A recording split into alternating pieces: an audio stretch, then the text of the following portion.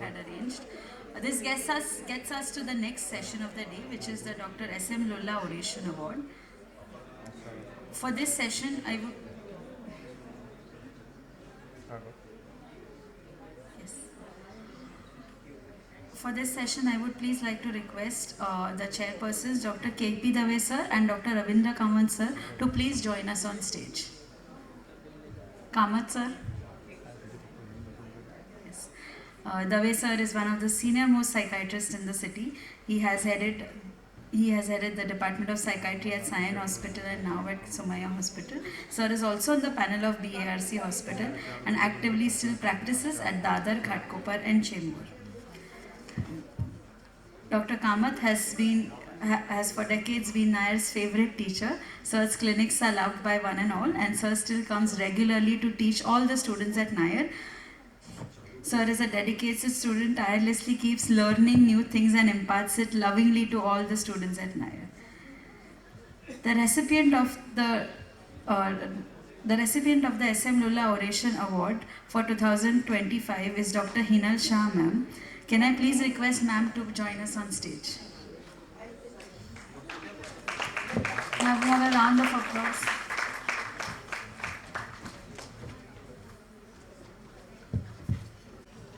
Can I please request Dave sir to say something about the SM Lulla Orations?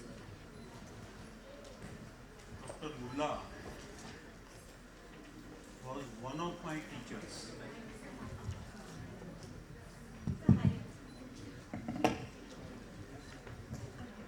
Dr. Bagadia was my real teacher, and Dr. Lulla was one of the teachers. For us at that time, we were only 8 students in MD. Dr. Dilip is here, and we, all the teachers of our 4 hospitals, we were very close to them. And Lulla sir's lectures we used to attend at his home, and he used to serve snacks and entertain us with his lectures. Later on, we became co-examiners, and at that time, there was a chance for me to feed him, and I knew that he was very fond of samosas. And in the Sion, there is Guru Kripa is very famous for samosa. So when we were co-examiner, he had reached earlier at the center, and I was waiting at Guru Kripa to prepare get the fresh samosa ready.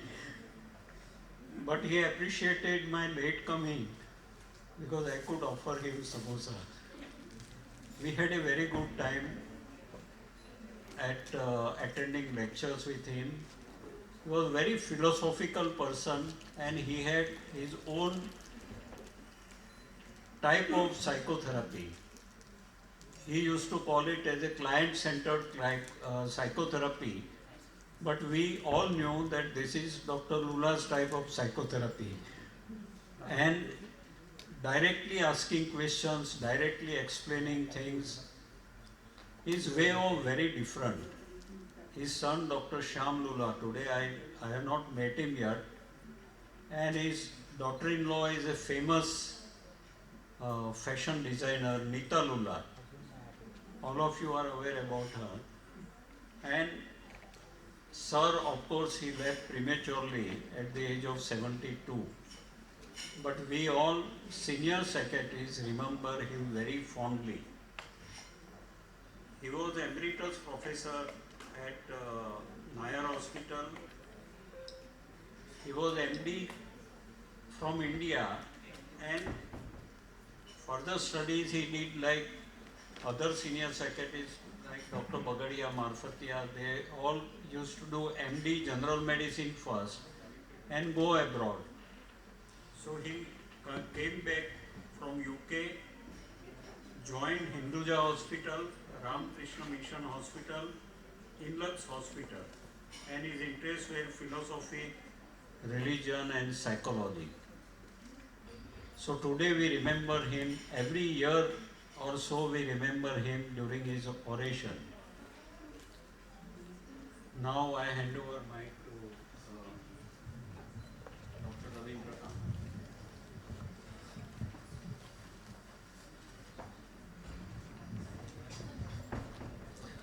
It's a great pleasure to introduce Henal, with whom I have worked for more than 20 years, and is currently in charge of Nair Hospital after my retirement.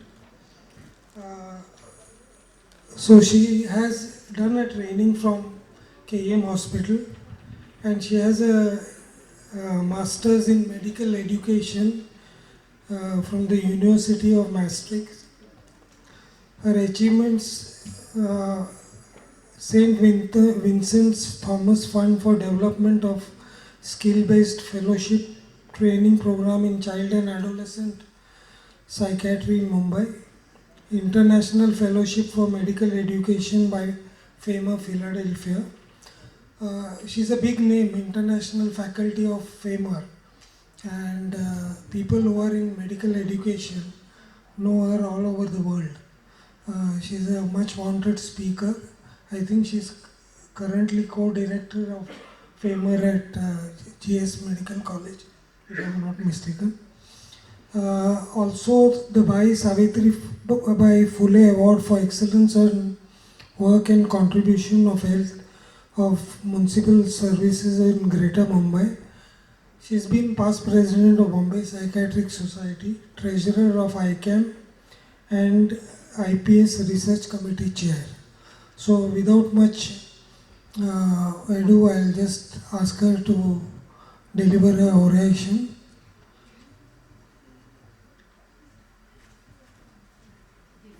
Guiding the Storm, Parenting.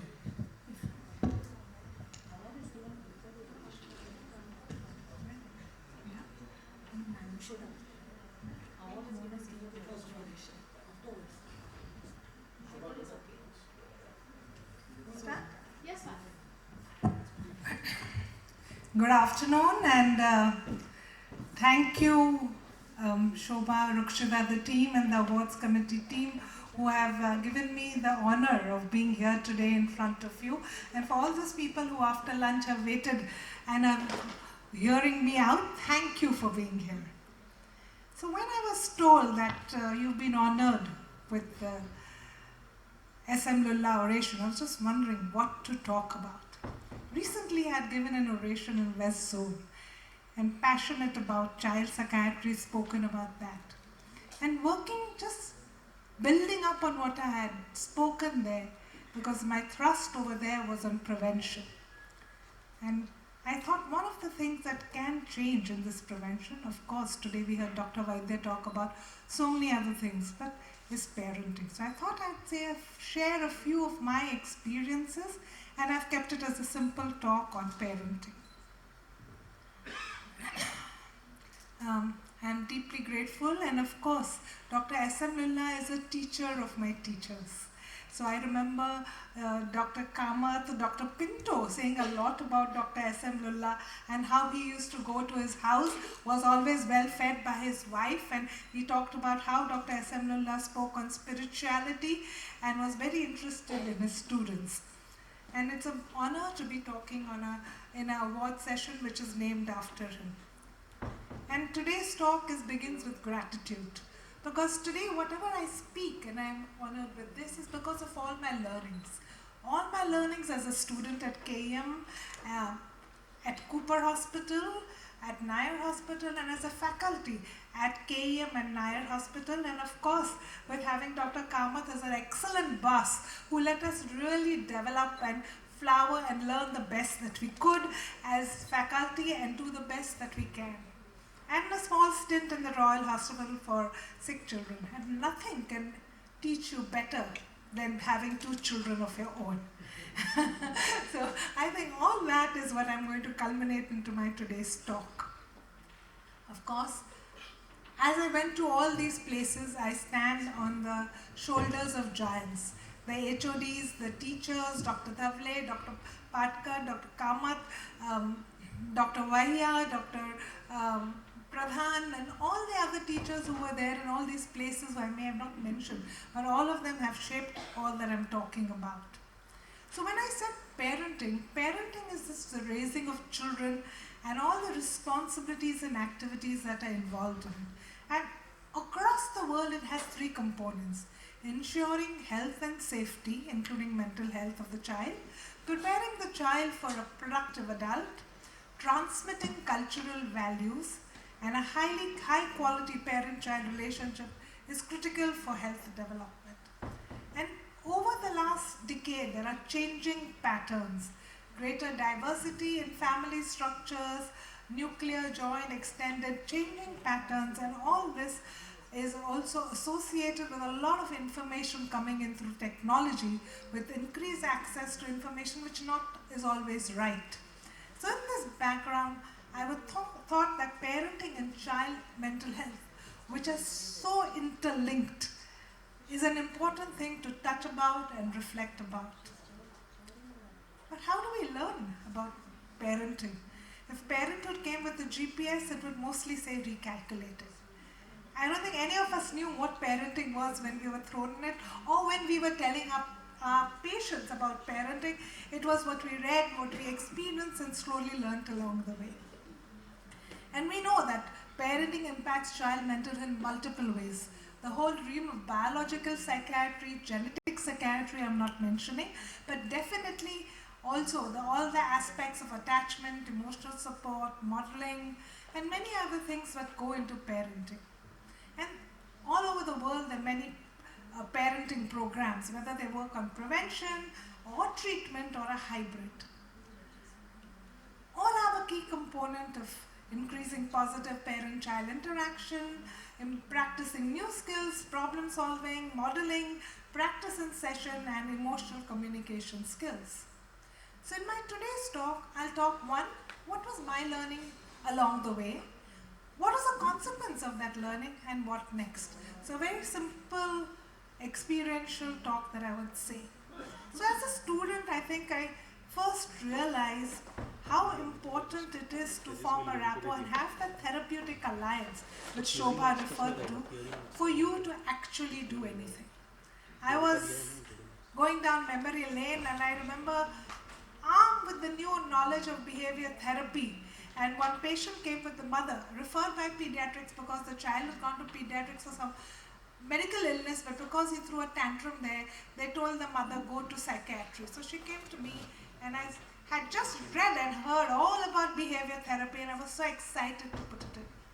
And I told her how behavior is modeled and she should not give in to his tantrums, and I explained everything that I could over an hour spent, and I thought, patted myself, it was such a well spent hour. And I gave her all the instructions, come back next week. She came back next week huffing and puffing and looked at me.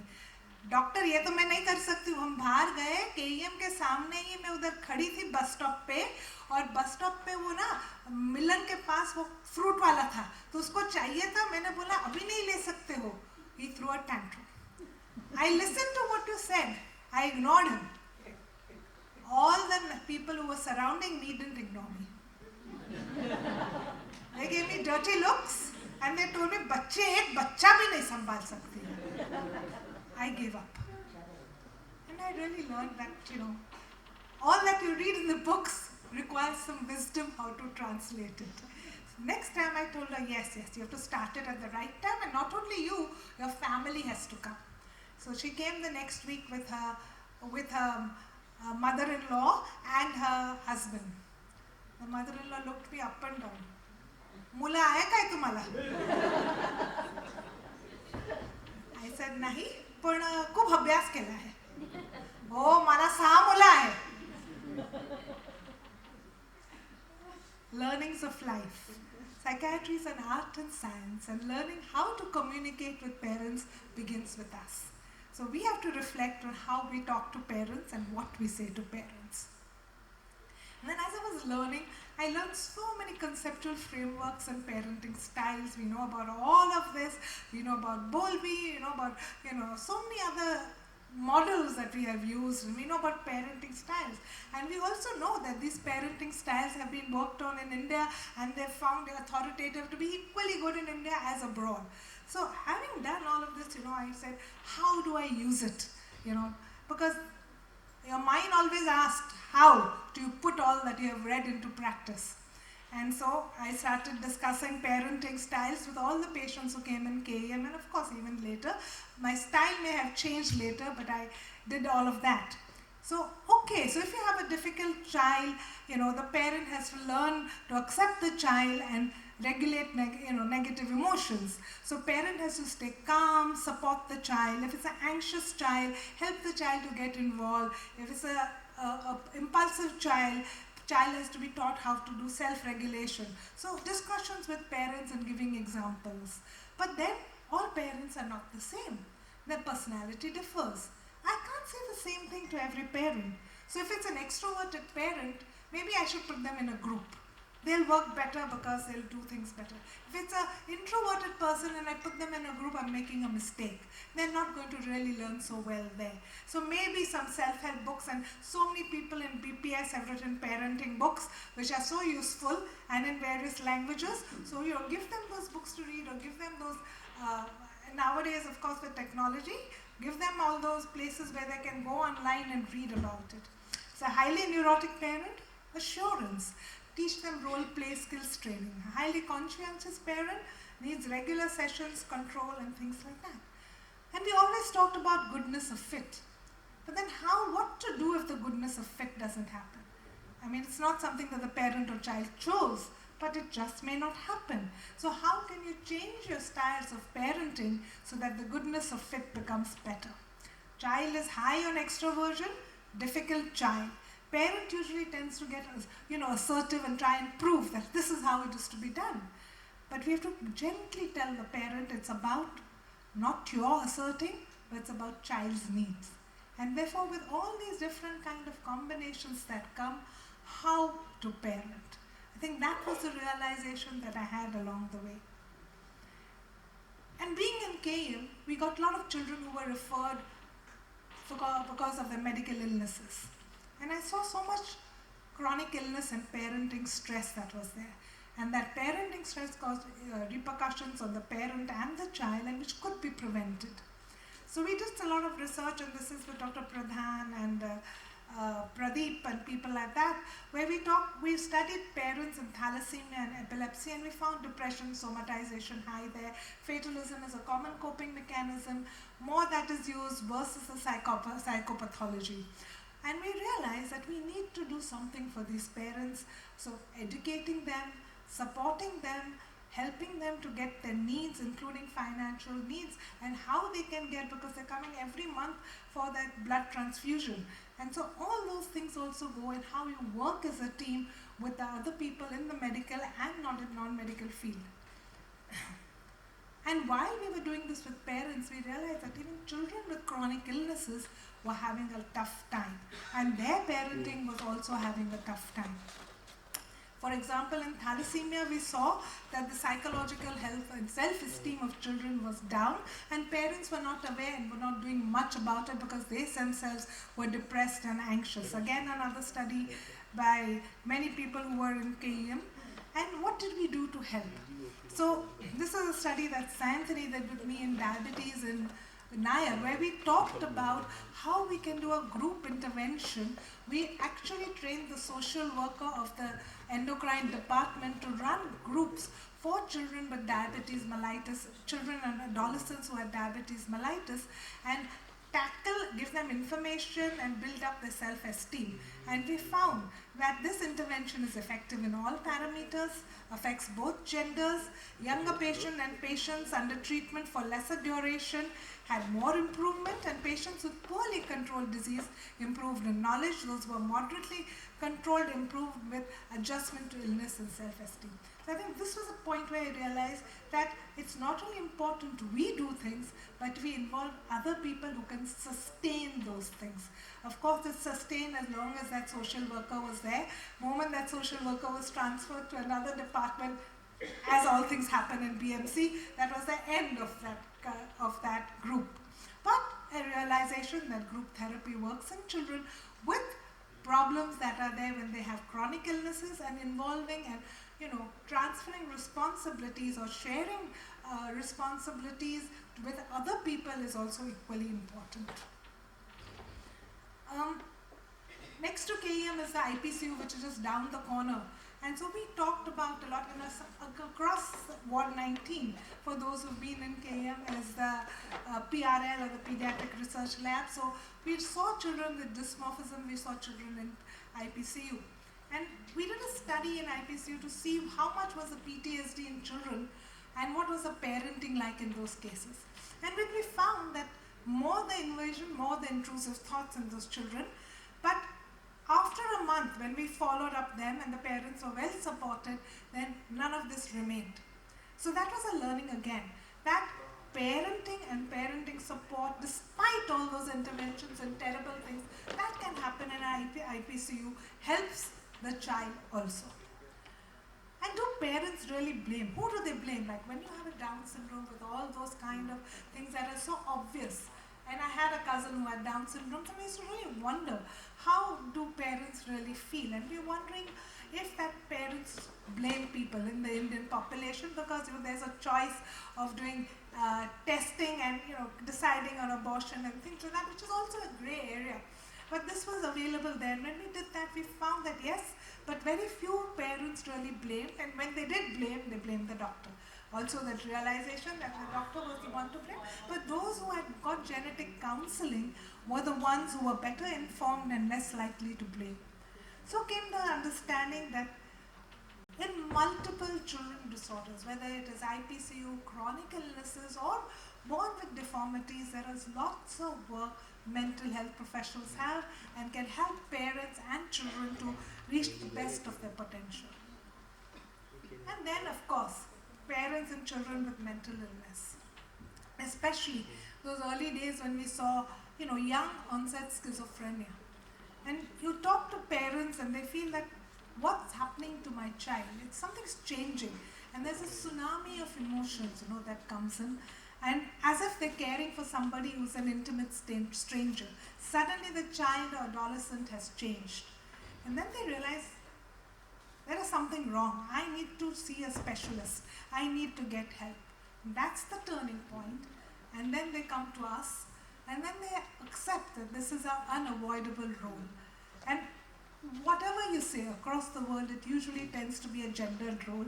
It's the female who becomes a mother, who becomes the pillar for the support, and the agony and the ecstasy that they go through, that they have a child, but there's an impossible task to look after them. Then they make those commitments and they look at the uncertain future and are worried. Till finally, they reframe their thinking. There comes acceptance.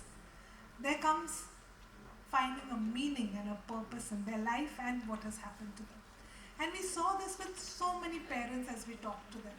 And I think one of our major roles, whether we treat the child, whatever the outcome of the child, but supporting the parent as they go through this cycle is fundamental for us as mental health professionals to help them to reach that stage of acceptance and finding meaning.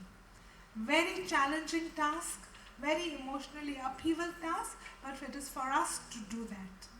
And therefore, I think it's very important for us to think about how can we help our parents whenever they have children with mental illnesses in reaching acceptance and finding meaning. And then, of course, with all the work we do in Nair Hospital with neurodevelopmental disorders, we had to work on this group of patients also. We know that these parents have multiple problems, child-related, parent-related, systems-related, and financial challenges, just to name a few. So this was a study done on studying psychopathology and quality of life in parents whose children have SLD. And we found that 2/5 of the parents have significant psychopathology. Mothers tend to have somatization more than the fathers. Education, perception of the problem, and gender influence the quality of life in parents and some aspects of psychopathology. And more the psychopathology, worse the quality of life. Again, a point where we can intervene. Another study similarly studying in parents whose children were having ID. And I know some of the people whose papers I'm quoting are all over here, so thank you for being part of all those studies. So here again we found that parents of children who had ID had depression, and their mothers tend to score high on depression and interpersonal sensitivity. Parent psychopathology did not differ significantly with severity of the ID. So it was not just how severe the ID was, but just having ID was equally bad. And it worsens when the coping mechanisms are fatalism and escape avoidance. And treating the family unit is so important rather than just looking at diagnosing ID. And we did another study on ADHD, SLD, and family impact, and we found that a person with ADHD, there's worse impact, more so if it's hyperactive, lacks knowledge about the disorder, low socioeconomic strata, larger family size, having family members with the same disorder. In LD, there is greater impact when there is lack of knowledge and attribution of the perceived child that he's doing it deliberately, that he's not studying deliberately and he's behaving badly deliberately. And then we said, okay, so if the child has a neurodevelopmental disorder, this is how the quality of life is. What if he had a physical disorder? How would it change? So we compared the quality of life between ADHD and asthma, and we found that overall, though the two qualities of life were not very dissimilar, that means having ADHD was as bad as having asthma, but the type of quality of life that differed was that this was more in the physical domain, this was more in the psychosocial domain. An increased severity of illness was associated with poor quality of life. Parenting style had a significant impact on quality of life in the ADHD group. So here is one more thing that we realized, that in these behavioral disorders, the quality of life is further affected by how parenting happens. And if you improve the child with the help of treatment and focus on parenting styles, then better outcomes for the child. We are back to thinking, okay, so a lot more work has to be done with parental education, have more groups, have more resources, and have more individual treatment. And then we said, while we were working with all these children, that even children's self-esteem seemed to be varying when we were talking to them. And we were wondering, is it the parental attitude, does it have any role in the child's self-esteem? And so we did this one study on self-esteem and parental attitude in SLD children, and then we found that it was lower in children with learning disability than siblings. We did a study that we did it, the same parent with the child with SLD and the sibling, and how did it differ? And we found that self-esteem was lower in the children than in the sibling. They felt the child felt that there's nothing much to be proud of and they had fewer good qualities. They also inclined themselves to be as failures. And in factors affecting self-esteem, parental attitude was found to be unfavorable towards children with learning disability. So, mothers felt the child was interfering with their activities and getting on their nerves. In addition, they also felt that they do not understand their child, feel like they do not love their child, and wish that the child was more like the others that they know of. If this is not a hit or an adversity which Dr. Vaidya was talking about, with this comes neglect. If these are the feelings that the parent has, that comes neglect. And you know what happens with neglect. We heard all about it in the wonderful lecture given by Dr. Vaidya. So more academic failures, academic difficulties, and negative school reports were perceived by the mother as lowering the child's self-esteem. And then we said, okay, if that's what happens in SLD, what happens in ADHD if we compare siblings' parental attitude to ADHD child with their sibling, and what is the impact? And again, higher maternal stress and negative attitude, obviously, with an ADHD child as compared to their sibling. Self-esteem was lower, and this again drove home the fact that you have to increase awareness and education in parents in addition to medical treatment. Otherwise, of course, we need to improve how they behave, because if they don't, the parental stress increases and it all becomes worse. But here is another place where we can work on parents and improve the child's self-esteem and improve the parental attitude. And as we were talking to the children with people who had ADHD and SLD, we realized though there was low self-esteem was of course parental attitude, we found there was a lot of SLD. In SLD there was a lot of bullying that we found. And there were significant differences in the bullying rates in children with SLD as compared to general students. And if we look at bullying, there are two things. Were they the bulliers or were they the victims? And as far as bullying was done, there was no difference. But being victims, definitely, children with SLD were more victims. They had higher peer victimization by physical in boys, and in girls it was more by social victimization. So again, we found that these children and the parents were unaware of most of it and did not know, even if they were aware, they did not know how to empower their child or what they can do in the environment to improve the child so that he doesn't have another area of where he is having adversity. So that's one more realization that we had. And with that we thought it is important to have parental education, awareness of behavior and impact, not only look at the child but the mental health of parent-school communication, and our communication with the school is extremely important. We somehow are in our ivory towers. We are here, they are there. It's usually letters that we write, or once in a while we go there and give a talk. But somewhere we need to have a more nuanced communication with teachers where they are allowed to even express what are their problems, and because an ADHD child is not simple to have in a classroom. So how are you going to manage it without getting angry, and how are you going to see that the bullying doesn't happen? Because very often children with ADHD would say, he would become the scapegoat, and then they would say that you only must have started it. So having this blame coming to all of them and being able to deal with it is very, very important. And as you talk to parents and you say, okay, I'm trying so hard, but there is a barrier. So what is it in the parent or in the family that is not allowing me to reach out to them? And we know that parental mental health is very important, whether of genetic factors or the modeling or the creation of family environment in multiple ways. And mostly the maternal mental health has been the primary influence, and increasingly recognized role of paternal mental health and the joint extended family. And we know that genetic, modeling, family environment and reduced responsiveness are all an outcome of parental mental health problems. So we looked at children who had come to us for ADHD and we studied their parents. We went the other way around and we found a quarter of the parents screened positive for adult ADHD. It was quite an eye-opener that it was so high. More the fathers than the mothers. That we know it's more in males than in females. It was found that parents having ADHD symptoms in their parenting style had less warmth, had harsher parenting styles, more verbal hostility, physical and other types of punishment, or on the other hand, some of them had lax and indulgent permissive styles.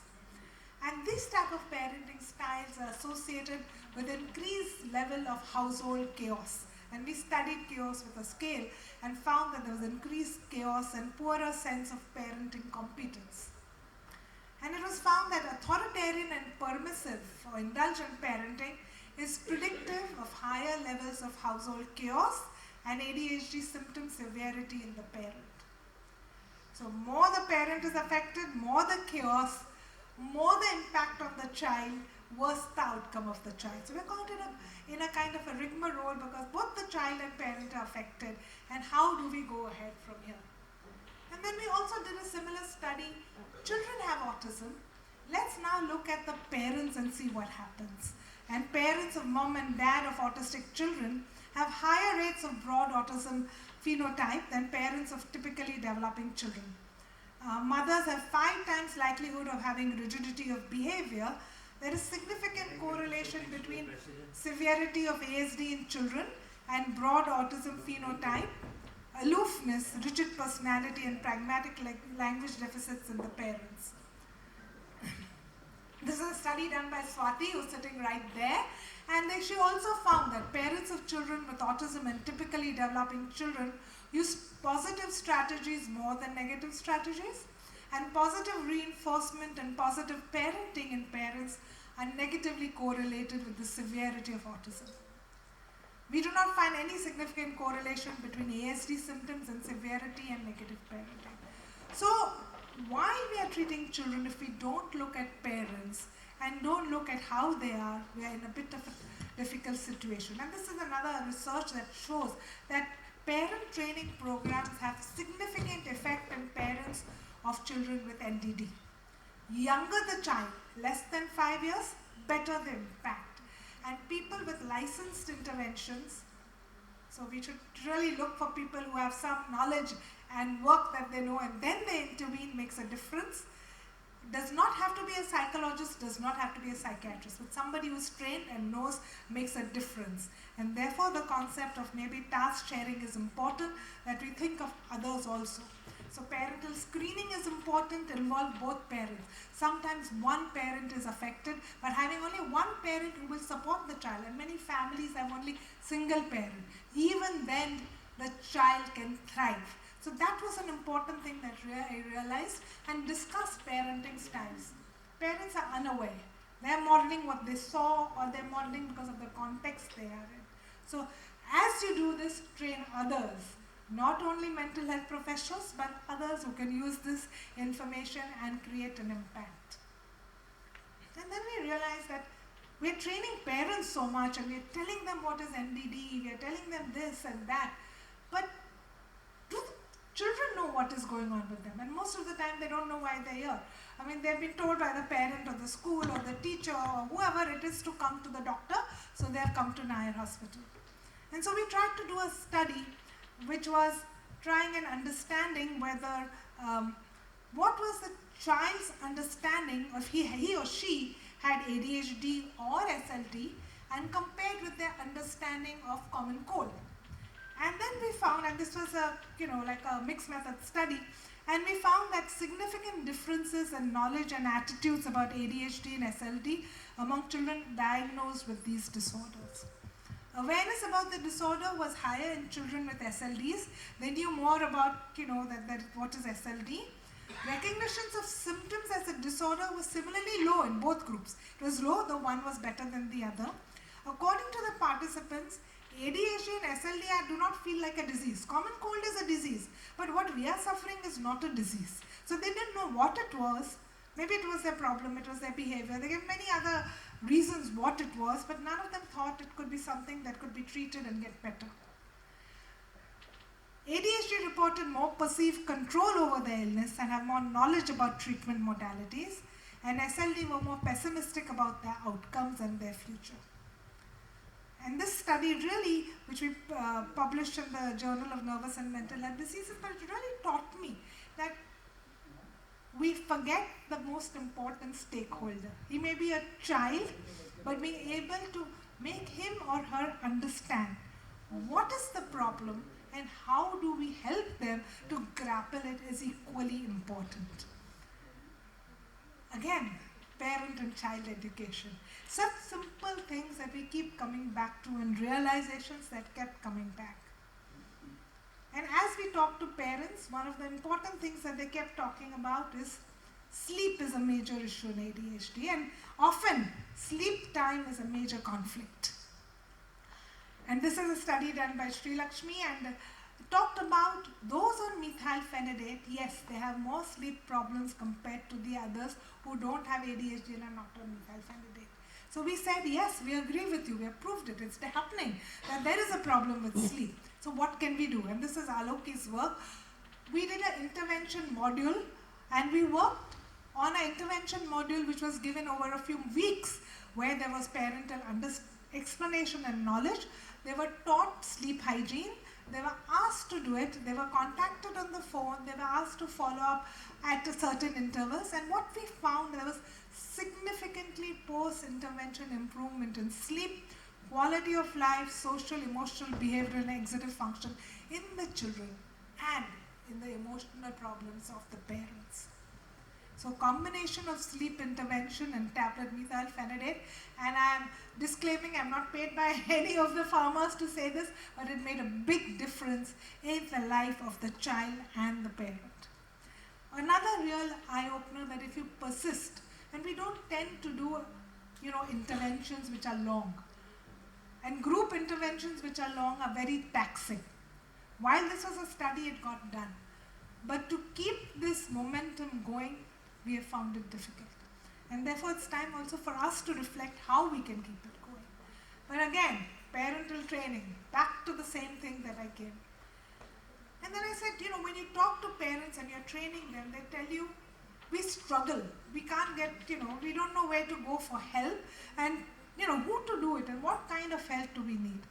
So again, another study which Aloki was also involved in was that we were trying to study, there is a WHO caregiver skill training model which is there, facilitated by non-specialists giving parent-mediated early intervention. And we looked at the feasibility of this in our country, and we found, and we did it in children with autism, and we found that it was feasible, acceptable, and it improved parameters in the child in communication and social interaction and adaptive behaviors. Again, published study, a very, very important tool. That we realize that people who are not mental health specialists also, if you train them well with the module, they can carry it out and they can make an impact. Something we don't like to accept. We always feel we are the best. We are. But we are not enough of us. Nair is the best. Nair is the best. All right. But thank you, Dr. Macheswala. But I think Bombay Psychiatry is the best. All right. But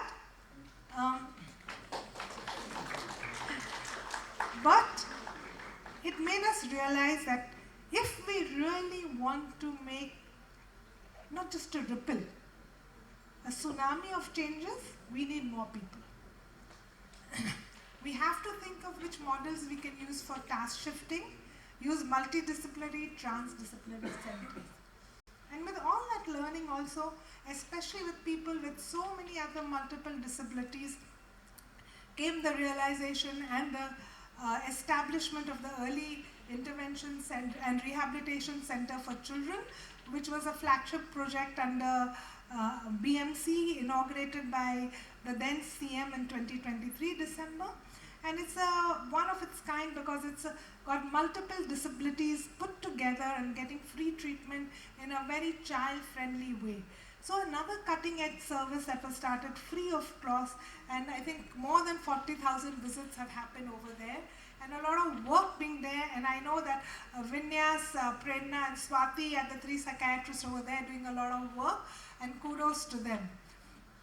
This is an example of the kinds of things that happen there because we have psychiatrists, pediatricians, ENT, ophthal, ortho, dental, OT, PT and speech. So all of them working together on a child and making things happen. We keep talking of mothers. And then Vinyas said, let's study fathers. Isn't it? We should look at fathers also. They're so important, and this is a study, and this is one of the few studies that are done only on fathers, thanks to Vinyas, where we looked at assessment during COVID and found how was the child's time spent by the fathers during the pandemic. And fathers were able to spend more time with their children during the pandemic, and most of them were able to understand better their child needs and understand their child better, have better constructive communication, and were able to give into the growing of their child. So what? I may have done as a group so many studies, read so much, done so much. So what? What does it really translate to? Well, for individually being more mindful about talking about parenting, doing a lot of work individually with parents and families, and with all the people who come in Nair, especially in Nair, they all have to go through child psychiatry, and then we have a fellowship and talking about, parenting. I know that some of these people are also doing parent-child interaction therapy, parent management training as and when it comes. And as a department, we have awareness, education about all the neurodevelopmental disorders. We have ADHD parents group, ASD parent group, ID parent group. Some of these groups are also run in Nair and in EIRCC. EIRCC, of course, goes a longer way because they're concentrating more on rehab, that they have a structured program for a few weeks and they take the parents the same parents or cohort of parents over a few weeks to make a difference. They do social skills training, emotional skills training, ADHD social skills group, and caregiver burden. Some of the pictures of the groups that I'm working on and in our department. And stigma. Whether we like it or not, parents are also subdued by this stigma. बाजू वाले क्या कहेंगे, दुनिया क्या कहेंगे, रिश्ते वालों के घर पे लेके जाएंगे तो वो लोग बोलते कि इसको लिखने को भी नहीं आता है. So stigma, and we've always tried to fight this stigma, get celebrities involved, and over the last 2 years we've had small 3-minute departmental outsourced with the help of a donor to get movies on maybe ADHD and scholastic backwardness, which we have used to create awareness in parents and the community. Because a parent doesn't live in isolation, they live in the community. Unless the community changes its perspective, the parent is yet fighting a battle for the child, against the community, and against their own family. So the last final words. Where do we concentrate? As I look back in all these years that I've been working, it's been a hell of a long time, you know. I went and sat in the senior room and people asked me, are you a senior citizen? I said, well, I'm nearly reaching there. So, hell of a long time that I worked in child psychiatry. And where should we work? Everywhere there should be mental health promotion. Should we work in prevention, treatment, continuing care, or early intervention? And the more I work on it, I know that treatment and continuing care is important. But prevention and early important is really where we should move towards. Just an example for neurodevelopmental disorder. If this is where, if we can see promotion can occur everywhere. This is where the child has some problems, then has the disease and goes away. So here is where there would be primary prevention, secondary prevention, and this would be tertiary prevention and rehab. And in primary prevention could be universal, targeted at everybody. Primary to some selective people or then only in indicated people. We have to decide and find the evidence what works. If we look at returns on economics, returns on investment, the best returns are when you work in preschool years. Earlier you start, better your chances of making a change. And therefore, I feel it's night time. We have lots of people working in schools and they should. That should continue. But it's also time to move focus to preschool and infancy and of course perinatal period also. That is something that we are not working enough on. What works? I mean, when I say parenting, what works? Well, being led by well-trained professionals, people can trust them. Like that old lady who came to me when I was a student, Mulla Aikai. She didn't trust me. She's not going to listen to anything I say. She's just going to go home and tell scream at the daughter-in-law for going to such a stupid doctor. So, you need somebody who they can trust. Adopt a family-centered approach. Have a father-inclusive, father-friendly program. Include parent-child activities. Adopt and embrace cultural values. We heard this today many times. There are many parenting programs that are available that have evidence-based. But can we just translate it and put it today in our practice? No. We have to think about what works in our context, in our parenting systems, and how we look at parenting, and in our families and our children. So include local communities and stakeholders in this process of cultural adaptation. Keep improving the program as you get feedback. Be open to feedback. You may be doing the wrong thing and you'll be corrected by a parent. And just like there is a good fit between the parent and child, look for a good fit in terms of theoretical models and what is required at that context. Look at a strength-based, empowering approach. Ensure that parents have good understanding of the theoretical and rational behind the program. Follow a needs-based approach. How long, how much, depending on the needs. One size doesn't fit for all. Combine different delivery models. And now with technology, we have the world that is open to us. But unless we become from me to we are going to have a tough time. We, as a team, We, as mental health professionals, because I always stir fights, psychologists, behavioral pediatrician, and then I'm saying like give it to lay volunteers. Of course, Anganwadis are the most poor, burdened people, but there are other ways of looking at volunteers who can come and help them. And when we say volunteers, we don't mean who will come once and do it. We mean people who are consistently involved in these programs. Eventually, the pathway for change is commitment, communication, and action. Commit to supporting child and adolescent mental health, strengthen parenting, create partnerships with parents, with schools, with all those communities that make an impact. Parenting is not in a silo, so you have to keep communicating to remove the stigma, encourage youth and parents to have a say, involve stakeholders, have lived in experience advocates, people who have been there, done that, sometimes know more than you and me who are sitting on the other side. Give active relationship with key decision makers, not just in health, but also for finance and budget. Act. Support families, parents and caregivers. Ensure schools support mental health and preschools and other places where you find infants. Strengthen and equip systems to meet complex challenges. We need data, we need research, we need evidence, and we need Indian. Create more data, create more research, look at the cultural aspect so that we work together as a team and enjoy the journey.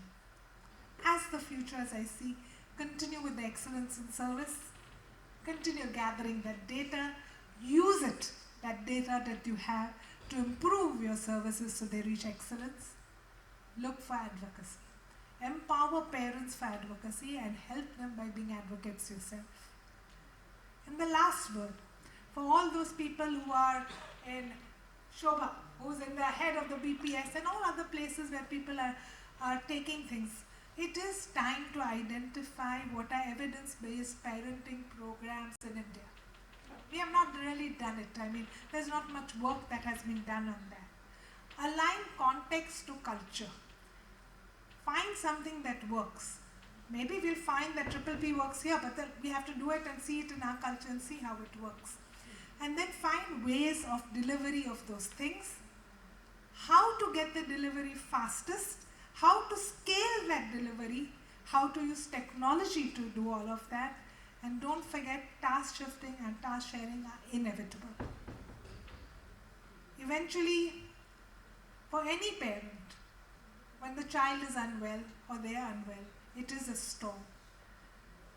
It is for us to help them to navigate, support, and take them down this path, because we know the sun always shines after the storm. With this, I come to the end of my presentation, thanking so many people who I heard, who've been part of this journey with me, my colleagues, my students, my teachers, my bosses, so many people I can see who have been part of the study, and eventually, of course, my family who's here. Thank you very much. Thank you, Dr. Henal. One of the leading child psychiatrists of Bombay, Dr. J.C. Marfatia, had no children, but he was the best child psychiatrist who has written a wonderful book which we used to study. Till today, there are not many psychiatrists who are practicing child psychiatry. Some of them say we can touch only the adult patients and do adult psychiatry. There is a great need for a child psychiatry to develop, and there are not many centers in Bombay who have this sort of a training center.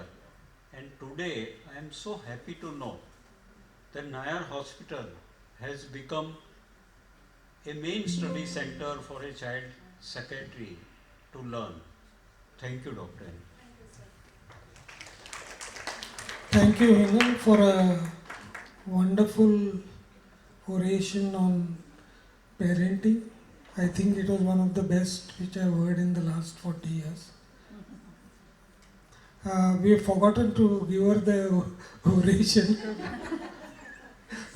So, I suddenly realized I sent her there, but then we were not given her the, the moment. Can you please request the So chairperson? confusion, no? Before or after? Post lunch. Post lunch, yeah. So one of our teachers, senior teachers used to say, only after they deliver the oration you must give the this thing. But we have changed that. No?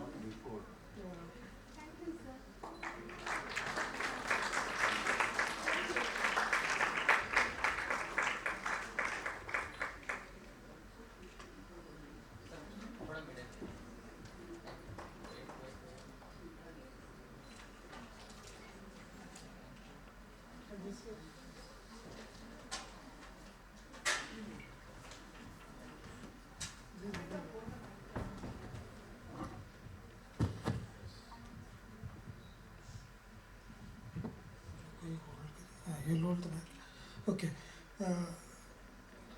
This is Bombay Psychiatric Society Certificate of Award.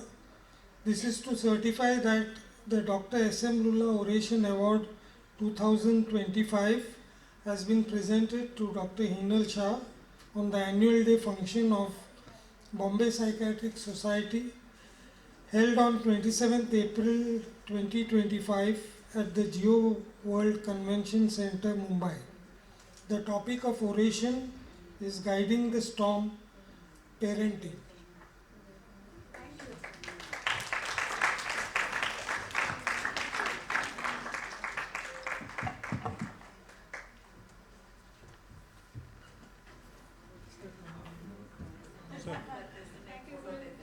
I would also request Shobha ma'am to felicitate the chairperson.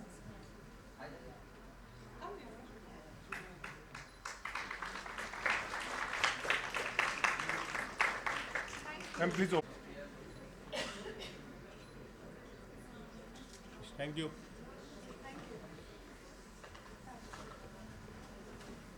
Okay, Vikas.